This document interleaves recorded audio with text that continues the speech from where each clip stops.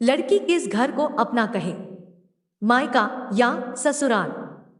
तुम्हें कितनी बार बताया है, मेरे तैयार होने से पहले मेरा नाश्ता तैयार हो जाना चाहिए। शादी के 25 सालों बाद भी मुझे क्यों बार बार एक ही बात बतानी पड़ती है। लता, तुम्हें क्या है, तुम तो आराम से घर पर रहोगी, मुझे काम पर जाना पड़ता है। तुम हो कि हमेशा बेवकूफों जैसी हरकत करती हो। अगर तुम यह जानबूझकर करती हो तो याद रखना, मुझसे बुरा कोई नहीं होगा। आज भी प्रशांत का पारा चढ़ा हुआ था। इन कटु शब्दों में अपना गुस्सा उतारते हुए, गीला तौलिया कुर्सी पर फेंकते हुए प्रशांत गुस्से से लता की तरफ देखने लगा। लता के लिए प्रशांत का यह बेवजह का गुस्सा कोई नई बात नहीं थी। वह महीने में 3-4 बार ऐसे ही लता पर बरस पड़ता था। पहले पहले लता उसका विरोध किया करती थी, लेकिन जब कई सालों तक प्रशांत में कोई बदलाव नहीं दिखा तो लता ने खुद को ही बदल दिया। अब प्रशांत के कुछ भी कहने से लता को कोई फर्क नहीं पड़ता था। प्रशांत की हर बात वो चुपचाप सिर नीचे झुकाए सुन लेते थे। शादी के पहले 5 साल तक लता ने पूरी कोशिश की थी कि प्रशांत को बदला जाए, लेकिन फालतू का गुस्सा करना और बाद में लता को भला बुरा कहना, यह मानो जैसे उसकी आदत बन गई थी। कोई भी वाद विवाद होता तो प्रशांत सीधा लता को बोल देता, अगर मैं तुम्हें अच्छा नहीं लगता तो क्यों नहीं चली जाती अपने मायके, क्यों रहती हो मेरे साथ। इतना सब कुछ होने के बावजूद लता प्रशांत के साथ रहती थी, क्योंकि उसे अपनी बेटी की फिक्र थी। और वह जाती भी तो कहाँ, अपने बूढ़े हो चुके माँ बाप को इस उम्र में परेशान करना नहीं चाहती थी। समाज और लोग क्या कहेंगे, यह भी तो उसे देखना था। वह इतनी पढ़ी लिखी भी तो नहीं थी कि खुद जाकर कोई नौकरी कर सके और अपना और अपनी बेटी का पालन पोषण कर सके। लता को अब अपनी फिक्र नहीं थी। उसको फिक्र थी तो बस अपनी शादी लायक हो रही बेटी की। लता नहीं चाहती थी कि पति पत्नी के झगड़े की वजह से काव्या डिस्टर्ब हो। काव्या की पढ़ाई पूरी हो चुकी थी, उसके लिए अब शादी के रिश्ते आने लगे थे। कई रिश्तों को काव्या ठुकरा चुकी थी। 2-3 महीने बाद एक अच्छा रिश्ता आया। रिश्तेदारों और पहचान के लोगों ने भी लड़के के बहुत गुणगान किए थे। प्रशांत एक शाम अपनी बेटी के पास बैठकर उसे बताने लगा, काव्या बहुत अच्छा लड़का है, पढ़ा लिखा है, बड़ा घर है, बहुत अच्छी नौकरी है। ऐसे रिश्ते बार बार नहीं आते बेटा, इस बार मना मत करना। काव्या अपने पिता से ज्यादा बात नहीं करती थी। शायद डरती थी या शायद नफरत करती थी, लेकिन आज वो अपनी पूरी हिम्मत इकट्ठा कर बोली, मुझे अभी शादी नहीं करना है पापा, मैं नौकरी करना चाहती हूँ, खुद अपने पैरों पर खड़ी होना चाहती हूँ। हाँ तो उसमें क्या बड़ी बात है, मैंने लड़के से बात की है, वह तुम्हें किसी बात के लिए नहीं रोकेगा। तुम शादी के बाद भी नौकरी कर सकती हो, वह तुम्हें नौकरी के लिए परमिशन दे देगा। प्रशांत बोला, मेरा नौकरी करना या ना करना उसकी परमिशन पर क्यों डिपेंड रहेगा पापा। काव्या ने पूछा, मैं कह रहा हूं ना, तुम्हें किसी भी चीज की कमी नहीं होगी वहां।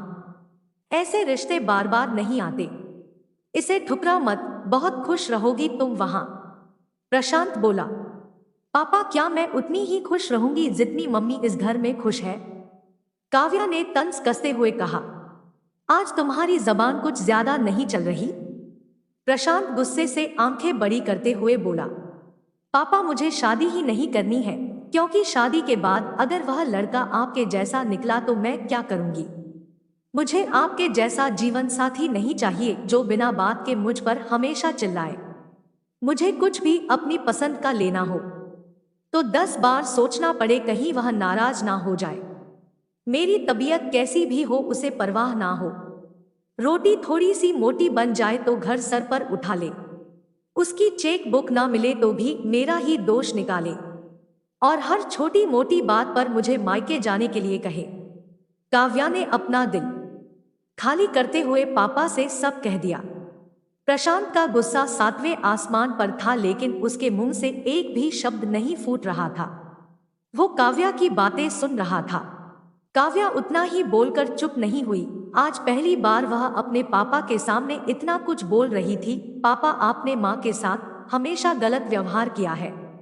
आप अपने ऑफिस का गुस्सा बिना सोचे समझे माँ पर उतार देते हैं, कभी इस बात की परवाह भी नहीं करते कि उन्हें कैसा लगता होगा। आपकी बातें सुन सुन माँ ने अपना स्वाभिमान खो दिया। प्रशांत आज पहली बार अपने किए बर्तावों को महसूस कर पा रहा था। वो इतना ही बोल पाया, जो तुम्हारा मन है वो करो, मैं तो इतना बुरा हूं ना। काव्या ने प्रशांत का हाथ पकड़ा और बोली, पापा मुझे सिर्फ एक सवाल का जवाब दे दो, क्या आप चाहेंगे कि मेरा पति आपके जैसा हो? अगर आपका जवाब हाँ है तो कर दीजिए मेरा रिश्ता आज ही, और ना है तो मुझे आत्मनिर्भर बनने दीजिए। प्रशांत कुछ भी ना बोल पाया और वहां से चुपचाप बाहर चला गया। आज उसे लता के सामने जाने में शर्म आ रही थी। चलते चलते उसकी आंखों से आंसू बह रहे थे। प्रशांत ने आज से अपने आप को बदलने का निश्चय किया। अगले दिन से लता ने अपने पति में काफी बदलाव देखा।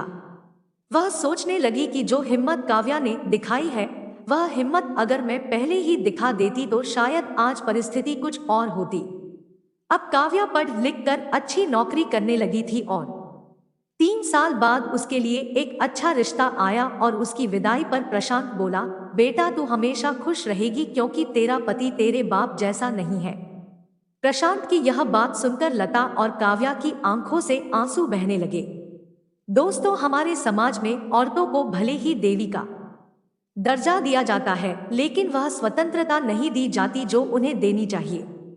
उन्हें बचपन से ही बताया जाता है कि वह पराया धन है। स्कूल से आने में देर हो जाए तो पिटाई मिलती है। मोबाइल पर बातें करते हुए दिख जाए या खिड़की से झांकते हुए दिख जाए तो शक किया जाता है।